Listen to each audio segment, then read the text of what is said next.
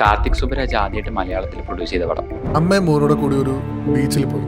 അങ്ങനെ ബീച്ചിൽ അമ്മയും മോനോട് ഇരുന്ന് കാറ്റൊക്കെ കൊള്ളുന്ന സമയത്ത് ചൂട് കൂടുതൽ കാരണം അമ്മ മോനൊരു കുട ചൂടി കൊടുത്തു.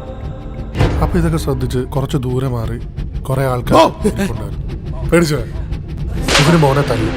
ബീച്ചിൽ വന്നിരുന്നിട്ട് തലവഴി കാണിക്കുന്നോടാ നായിന്റെ മോനെ എന്ന് പറഞ്ഞിട്ട് അവര് തല്ലിയത്. അത് കേട്ട് അമ്മ കരഞ്ഞു പറഞ്ഞത് എന്റെ മോൻ തന്നെയാണ്. അപ്പൊ അവര് തെളിവ് ചോദിച്ചു. 2022 ജിതിൻ ഐസക് തോമസ് ഡയറക്ട് ചെയ്ത അറ്റൻഷൻ പ്ലീസ്, ഒരു ആസ്പയറിംഗ് ആയിട്ടുള്ള ഫിലിം റൈറ്റർ ആളുടെ ഫ്രണ്ട്സിനോട് ഒരു കഥ നരേറ്റ് ചെയ്യാണ്.